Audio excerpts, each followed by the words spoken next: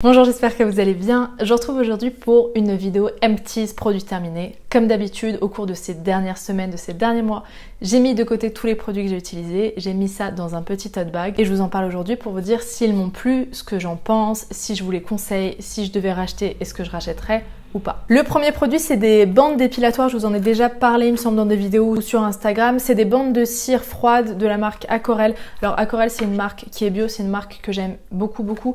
C'est une marque qui fait des super protections solaires, c'est une de mes protections solaires préférées. Ils sont aussi assez spécialisés dans tout ce qui est épilation, donc ils font des bandes de cire, ils font des pots de cire, tout ce qui est bio, naturel, etc. Des produits pour limiter la pose des poils. Alors ça, j'ai jamais vraiment essayé sur le long terme, donc je peux pas vous dire si ça fonctionne vraiment ou pas. Bref, du coup, ça c'est des bandes de cire froides que je prends généralement avec moi quand je pars longtemps en vacances ou quand je pars au soleil en fait. Parce que vous l'avez sûrement remarqué, quand il fait chaud, quand il fait beau, quand on est à la plage, quand on prend le soleil, généralement on a les poils et les cheveux qui poussent beaucoup plus vite, donc c'est un peu galère en termes d'épilation. Et alors c'est vrai que je ne me rase pas, moi j'épile à la cire et quand je pars pendant longtemps, soit je prends un épilateur avec moi, ce qui est vraiment pas idéal d'ailleurs parce que ça fait des poils incarnés, ça fait jamais une peau toute douce et tout ça, ou bien je rachète de la cire liquide, ou bien je la fabrique. J'avais déjà essayé en faisant de la cire à base de sucre, etc. mais je suis pas du tout encore une experte. Bref, c'est des bandes de cire qui sont vraiment pas mal. Elles ont une bonne compo, elles enlèvent bien, mais elles enlèvent, je trouve, tout ce qui est duvet. Donc par exemple pour les cuisses, c'est génial. Pour les poils un petit peu plus drus, si vous avez l'habitude de raser par exemple sur les demi-jambes, je suis pas sûre. Je pense que sur des poils fins, c'est assez bien, ça enlève. Sur des poils plus forts, je suis pas sûre. Donc en fait, moi je les apporte avec moi quand j'ai besoin de faire des petites retouches. C'est hyper pratique, ça marche bien. Voilà, après c'est pas l'idéal. Moi c'est vraiment une solution de secours, une solution ponctuelle. Alors ça c'est un produit que j'ai pas encore terminé mais j'arrive à la fin. C'est un déodorant de la marque Agent Nateur. C'est pas du tout une marque que je connaissais. En fait, j'ai découvert sur le site Mon Corps Norbé. J'étais en visite dans leur showroom. C'est comme ça que je choisis les produits en fait de temps en temps. Tous les 3 mois, je passe au showroom pour voir si j'aimerais essayer des produits. Je vois ça avec les filles qui y travaillent et elles m'ont proposé d'essayer donc ce déo Agent Nateur. Ça c'est un déodorant pour les peaux sensibles, donc c'est un déodorant qui n'a pas de bicarbonate. Alors moi j'ai pas spécialement de problème des selles sensibles ou de peau sensible, je réagis pas fortement au bicarbonate, mais je me suis dit que c'était un super test. Si le déo sensible fonctionne, c'est que les autres déos de la gamme généralement vont très bien fonctionner. Donc j'en avais pris 2, j'avais pris celui-ci, le blanc, le sensible, et alors attendez, je regarde si j'ai pas l'autre, et j'avais pris le noir qui est plus pour les hommes, enfin il y a marqué unisexe, mais c'est vrai que l'odeur est un peu masculine et j'adore mais vraiment énormément les odeurs de ces déodorants. C'est des odeurs qui sont beaucoup plus recherchées, qui font pas du tout partie de la gamme d'odeurs un peu naturelles, bio, herbacées, tout ça, ça a rien à voir, on dirait vraiment, c'est des odeurs assez fortes, je dirais peut-être assez masculines, mais pas dans le mauvais sens, genre ça sent vraiment trop le mec, parce que celui-ci, je l'utilise et il sent très bon, mais c'est vrai que c'est une odeur de parfumerie, on va dire, même si c'est une bonne compo, etc. Alors, je les ai trouvés vraiment très efficaces, ils sont vraiment très bien. Par contre, ça sent assez fort. Voilà, si vous préférez mettre un déo qui ne sent rien, celui-ci, je trouve que quand on le met, on sent très bon, mais on sent ces odeurs-là. C'est assez entêtant. Ils sont très efficaces, même le sensible.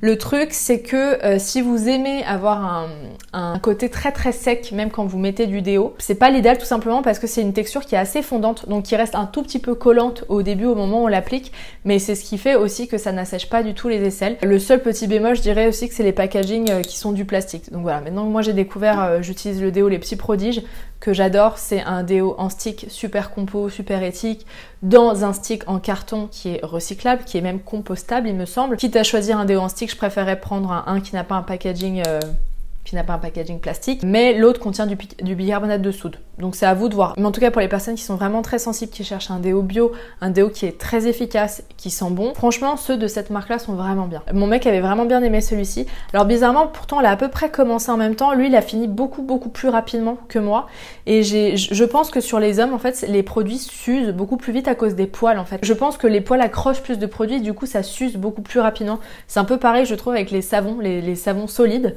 Quand mon mec l'utilise, il descend mais à une vitesse, mais alors que sur moi ça tient 2 fois plus longtemps. Ça doit être les poils. Dites-moi si vous avez une autre théorie parce que je ne comprends pas et dites-moi surtout si c'est pareil chez vous parce que je ne comprends pas. Ça reste un mystère pour moi. Une crème hydratante de la marque Jonzac. Alors ça c'est la réactive, c'est la gamme pour les peaux sensibles. Il y a plusieurs gammes, hein. Il y a la gamme anti-âge, il y a la gamme normale hydratante pour les peaux sensibles. Je sais pas s'il y en a d'autres.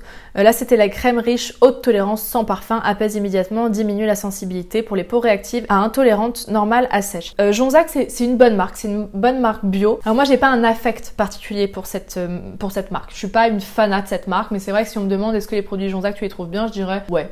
Ouais, ils sont bien, c'est ok, tu peux foncer, c'est une bonne compo. Ils feront leur taf en fait, mais j'ai pas un kiff particulier pour cette marque. Là, c'était la crème très riche. Je l'ai pas du tout trouvée très riche. Je trouve que c'était une crème vraiment pour les peaux normales et au contraire, quand j'avais vraiment la peau sèche, elle ne suffisait pas du tout. Donc, je rajoutais un petit peu d'huile. Par contre, elle sent bon. Il y a une super compo. Après, je sais pas, je me dis que ça reste du plastique. Voilà, j'essaie d'éviter tout ça. Donc, c'est une bonne crème pour les peaux vraiment très sensible. Pour les peaux intolérantes, ça peut être pas mal. Jonzac, c'est assez réputé pour ça. Mais perso, j'ai pas une accroche de dingue avec cette marque. Une eau florale, c'est l'eau florale de camomille de la marque WAM. Alors, je sais pas si vous avez suivi cette histoire, mais ça, il faut me suivre sur Instagram pour comprendre. Il y a très longtemps, j'avais fait un article sur pourquoi j'arrêtais l'eau de rose, parce que je faisais vraiment des réactions. À chaque fois que j'appliquais un spray floral de rose, et ben ma peau rougissait, réagissait et chauffait et me provoquait même des toutes petites inflammations, des petites irritations. J'ai mis très longtemps avant de comprendre que c'était l'eau de rose, donc j'ai fait tout un article et je me rends compte qu'il y a beaucoup de personnes en fait qui réagissent à l'eau de rose et c'est tellement pas répandu en fait, c'est tellement pas connu encore. Au contraire, normalement l'eau de rose est vraiment faite pour apaiser les peaux sensibles et les peaux irritées. Donc quand on applique de l'eau de rose, on fait pas le lien avec le fait qu'on puisse réagir. Donc j'étais passée à l'eau florale de fleur d'oranger, ça s'est très bien passé pendant des mois, pendant des années, j'ai adoré, ça me convenait très bien. Et d'un coup, hop, de nouveau, j'ai commencé à faire des réactions. Ça chauffait, ça brûlait. À chaque fois que j'en appliquais, ça me faisait des plaques rouges. Donc j'ai décidé de passer d'abord à un spray d'eau minérale normale. Je prenais d'ailleurs le spray de la marque Jonzac qui est très bien. Et je me suis dit, je vais peut-être retenter avec une eau florale, mais vraiment pour les peaux très sensibles. Donc il y a vraiment l'eau florale de bleuet, d'amamélis, il me semble, qui est très bien pour ça. Et celle de camomille romaine. Moi j'ai pris celle de la marque WAM à ce moment-là, qui est apaisante et régénérante. Et là, ce qui est très cool, c'est qu'il y a de l'eau d'aloe vera bio dedans en plus. Donc ça, c'est un petit plus qui est bien sympa. C'est une eau florale qui me convient très bien, elle me fait pas du tout réagir la peau. J'en utilise matin et soir. Le matin au réveil, j'en pchite un petit peu sur la peau et j'enlève avec un coton réutilisable ou bien je la laisse poser.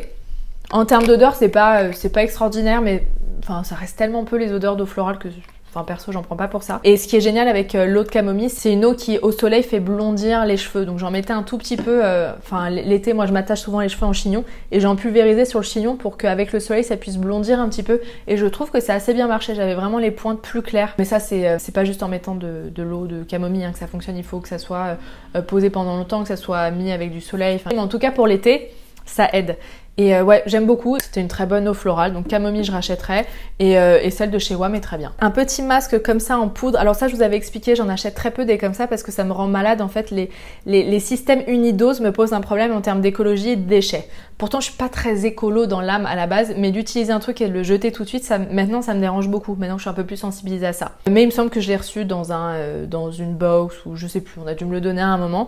Et donc je l'ai apporté avec moi en vacances et j'ai vraiment beaucoup aimé ce masque en fait. Et j'ai adoré en fait la texture, je l'ai mélangé il me semble, je l'avais fait avec une copine, on l'a mélangé avec de l'eau florale, on l'a laissé poser quelques minutes et en fait ça a durci, ça a formé comme une pâte, comme une guimauve qui s'est durcie et ça s'enlevait en lambeaux, en morceaux. Et sincèrement, j'ai vraiment vu une différence entre le avant et le après. Pourtant, généralement, chez moi, en tout cas sur ma peau, les masques, je vois jamais une différence de dingue. Donc j'en suis toujours à me dire, est-ce que ça sert vraiment à quelque chose? Est-ce que c'est pas juste, est-ce que c'est pas un peu marketing où on nous a toujours dit, il faut se nettoyer la peau, ensuite il faut faire le gommage une fois par semaine, et ensuite un masque, etc. Je sais pas, je me suis toujours posé des questions parce que sur moi je vois pas une différence de dingue, mais celui-ci, il m'a fait vachement penser au masque le botanique, il me semble, ou le botaniste, de Sanoflore qui est pareil, est un format unidose qui est fait à base d'algues, qui se mélange avec de l'eau florale, qui se pose et qui s'enlève ensuite en morceaux. Ouais, vraiment très bien, ça c'est une très bonne marque, en plus secret d'effet, c'est une marque qui est Slow Cosmétique. Écoutez, si à un moment vous avez besoin d'un masque par exemple pour un event, si vous partez en vacances c'est pratique, si vous allez par exemple à un mariage, que vous avez envie de faire un masque juste avant, de vous maquiller, ça peut être bien aussi. C'est pratique pour ce genre de cas, les unidoses. Pour le reste, c'est vrai que je vous encouragerais pas forcément à prendre ce genre de format.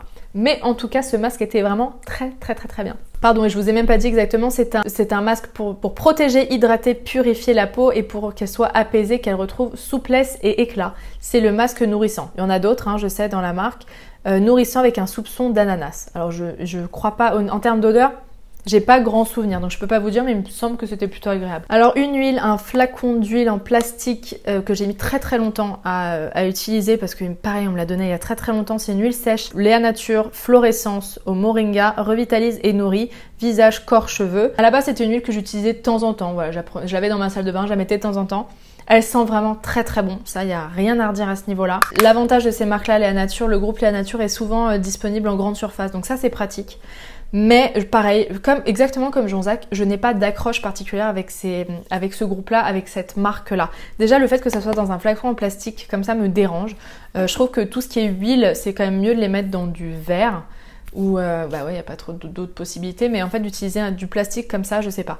Et tout ce qui est huile sèche, alors les huiles sèches c'est très bien pour l'été, c'est très agréable, mais l'huile sèche c'est plus un geste beauté que soin, parce que l'huile sèche, ce qui fait qu'elle est sèche, c'est qu'il y a quelque chose, un ingrédient qui a été rajouté. C'est ça qui donne un côté sec, et du coup ça nourrit quand même beaucoup moins la peau qu'une huile normale. Voilà, c'est une huile sèche, mais pareil, je ne rachèterai pas. Donc un baume, ça je vais pas passer 4 ans dessus, sachant que je vous en ai parlé 1000 fois déjà sur YouTube, 1000 fois sur Instagram, 1000 fois sur le blog. C'est mon baume à lèvres préféré, c'est le Lavera, le Protect and Repair. Il est vraiment génial. C'est un petit baume à lèvres qui est vegan, il protège, il nourrit les lèvres et il a vraiment ce côté pansement. C'est-à-dire que quand on l'applique, il reste très longtemps. Il a un petit côté brillant, en plus c'est joli, ça fait un peu gloss. Et il tient vraiment bien. Donc quand on sort, au moins on est sûr qu'il pénètre pas rapidement.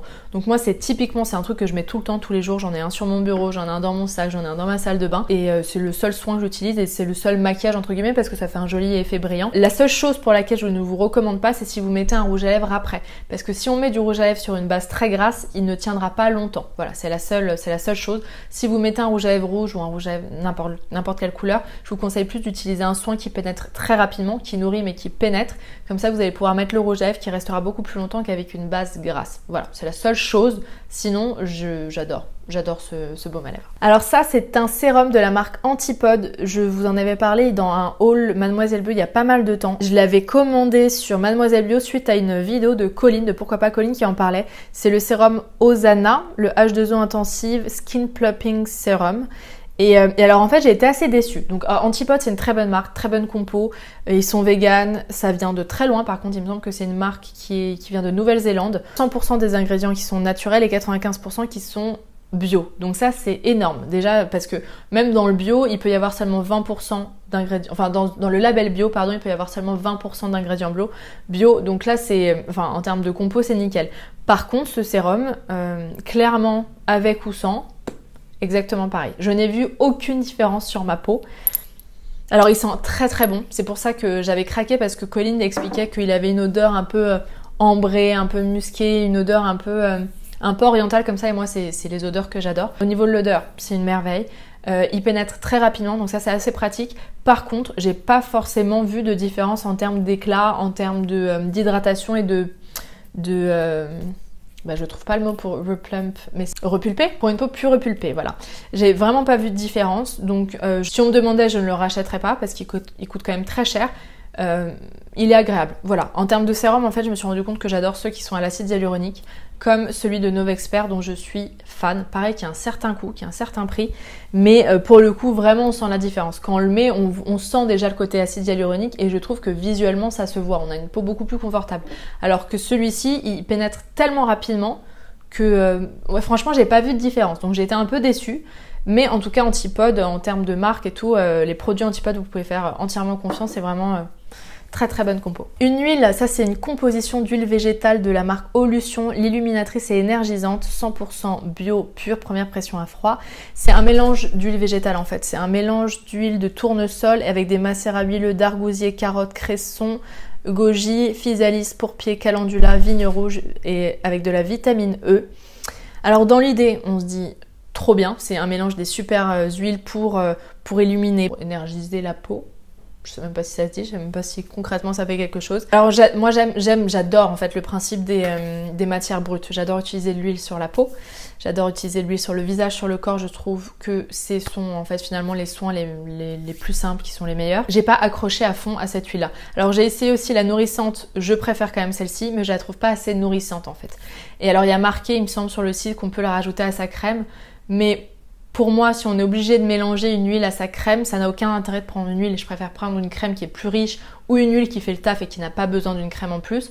Mais acheter une huile pour le rajouter à un autre produit, c'est pas ma vision enfin, j'aime pas consommer de cette façon-là en tout cas. Il y a des très bonnes huiles dedans, par contre, ouais, sur moi, elle a pas été assez nourrissante. Pourtant, j'ai pas une peau extrêmement sèche, j'ai plutôt une peau normale. Mais je pense que c'est le fait que ça soit, le premier ingrédient, c'est l'huile de tournesol. Et sur moi, l'huile de tournesol, c'est pas ce qui a le meilleur soin. Je trouve que, il y a beaucoup de cosmétiques qui en utilisent en premier ingrédient. C'est vraiment pas l'huile la plus chère, en fait, l'huile de tournesol. Donc, c'est une huile qui est bien, hein, elle fait le taf, elle nourrit, etc. Mais c'est une huile qui est assez peu coûteuse et donc après on rajoute des huiles un peu mieux, un peu plus luxueuses, mais du coup elles font moins d'effet parce qu'elles sont diluées dans l'huile de tournesol. Enfin ça c'est ma vision des choses. Donc écoutez, pas mal, c'est vrai qu'elle donne bonne mine, elle illumine un petit peu. C'est pas flagrant non plus. Il y en a d'autres, hein. Il y a la nourrissante et j'imagine qu'il y en a d'autres aussi de la gamme, mais perso, voilà, j'ai pas adoré. Et pareil pour la nourrissante, j'ai pas un coup de cœur. Et oui, autre chose, alors pour le coup, il fallait s'y attendre vu qu'il n'y a que des huiles végétales. Elle ne sent absolument rien. Donc c'est vrai que quand j'applique une huile végétale, j'aime bien aussi que ça sente bon, ce qui est débile parce que si je veux un produit brut, forcément ça sent presque rien. Mais c'est vrai que quand on ouvre un produit comme ça, on s'attend aussi à un côté olfactif et là ça n'a pas du tout été le cas. Voilà, juste pour que vous le sachiez, mais en même temps ça peut être aussi un point positif pour les peaux plutôt sensibles ou les personnes qui ne veulent pas du tout d'huile essentielle, pas du tout de parfum. Un gommage sans grains purifiant de la marque Nominoé. Alors ça pareil, ça fait longtemps que je l'ai, ça fait longtemps que je vous en ai parlé et en fait les gommages j'en fais peu parce que pareil que les masques, je vois pas une réelle différence sur ma peau. Je pense qu'il y a vraiment des peaux qui ont besoin d'être exfoliées très régulièrement et d'autres pas du tout. Et moi je vois pas...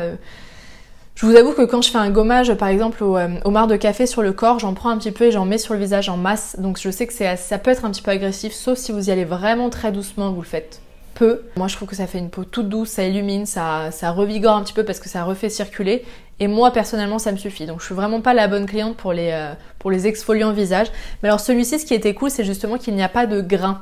Et donc j'avais envie d'essayer. C'est assez étrange comme fonctionnement parce qu'en fait on dirait un masque quand on l'applique, on le laisse sécher sur la peau et c'est ensuite en massant sa peau que les petites particules vont partir et c'est à ce moment-là que ça va exfolier.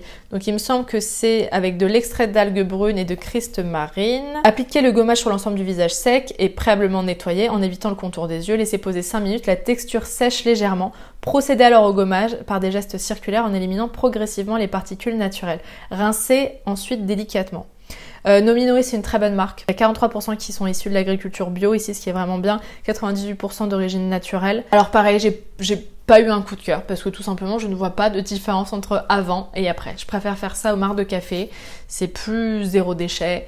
Sur moi, ça fait plus d'impact, mais c'est vrai que pour les peaux très très sensibles, par exemple, c'est typiquement un gommage qui serait bien pour vous parce qu'il ne contient pas de grains et il est vraiment très très doux. Voilà. Vous avez au moins la référence si vous avez ce genre de peau. Alors ça, c'était un petit échantillon que j'avais eu dans la box d'été de mon Corner B. C'est un nettoyant, le rose papaya de Maiwena.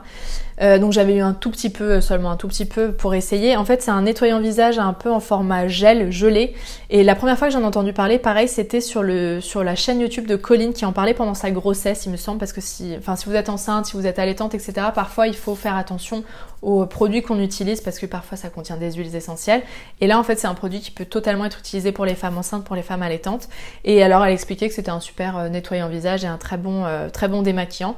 Et je confirme, c'est super agréable. Déjà la couleur, donc là je l'ai plus, mais c'est une gelée un peu rose qui sent extrêmement bon, qui est très efficace, qui nettoie très bien. Donc c'est 2 en 1. C'est vrai que je vous parle souvent de layering. Vous pouvez vous nettoyer, vous pouvez vous démaquiller avec de l'huile puis ensuite rincer avec un nettoyant, ou bien vous utilisez une huile démaquillante qui fait et démaquillant et nettoyant. Et celui-ci est vraiment pas mal. Alors moi, ma préférée de toutes, c'est l'huile Wamisa. Je vous avais fait tout un article sur ce sujet, je vous le mets en barre d'infos si ça vous intéresse parce que je suis très fan de cette huile. Mais pour un moment, pour changer, pourquoi pas. Celui-ci, le Maiwena, a l'air vraiment très bien de ce que j'en ai essayé en tout cas. Et enfin, un dernier produit, pareil, je l'avais eu dans la box de mon Corner B, c'est un baume. C'est le Sublime, le baume multi-usage de la marque Coco Cosmétiques, je sais pas exactement. C'est un baume... J'espère qu'on va bien voir. Vous voyez la couleur orangée comme c'est joli. C'est un baume en fait qu'on peut utiliser.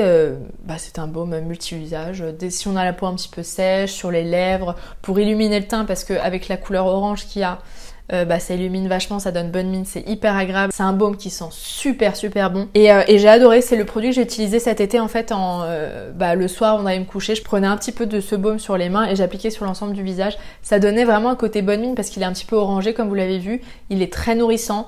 Il n'était pas du tout comédogène, enfin en tout cas pas du tout sur moi. Et franchement, ouais, la peau était bien nourrie, bien soignée après, donc gros coup de cœur. Alors je me rends pas compte du tout des prix parce que là, moi j'ai eu des petits flacons, des petits essais. Je ne sais pas à quoi ressemble exactement le pot, le vrai, celui qui est vendu. Je vais vous mettre tous les liens en barre d'infos. Je me rends pas compte du prix non plus, je peux pas vous dire. Mais en tout cas, sachez qu'il est très bien, très agréable. Par exemple pour l'été, après avoir pris le soleil, ou bien même l'hiver quand il va commencer à faire vraiment très froid, c'est typiquement le genre de baume que vous allez pouvoir appliquer sur le visage, que ce soit le matin ou le soir, parce que le matin ça fera un côté un petit peu pansement. Et bon, on pourra quand même se maquiller dessus, hein. Moi j'ai aucun problème à maquiller sur de l'huile ou sur un baume, ou bien le soir pour vraiment apaiser, pour faire une sorte de petit masque. Vraiment très bon produit. Ça y est, j'ai terminé mon petit tote bag, j'ai terminé de vous présenter les derniers produits que j'ai utilisés.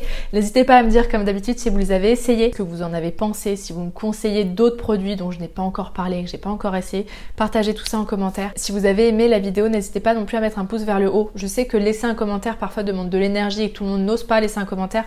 Par contre, mettre un pouce vers le haut, en fait, pour nous, en tant que créateurs de contenu, ça fait vraiment la différence. Voilà, c'est une façon de nous montrer que vous avez aimé le sujet, que vous avez aimé la vidéo. Il y a également Utip, si vous avez envie juste de regarder une pub pendant quelques secondes, le site me reverse 5 centimes à chaque publicité visionnée. Voilà, c'est une autre façon de soutenir les créateurs de contenu. Merci beaucoup d'avoir regardé la vidéo. On se retrouve dimanche prochain sur YouTube, comme d'habitude, jeudi prochain sur le blog. Et en attendant, on se retrouve sur Instagram, sur mon compte Héloïse Monchablo. Je vous embrasse très fort, à très vite. Bye bye.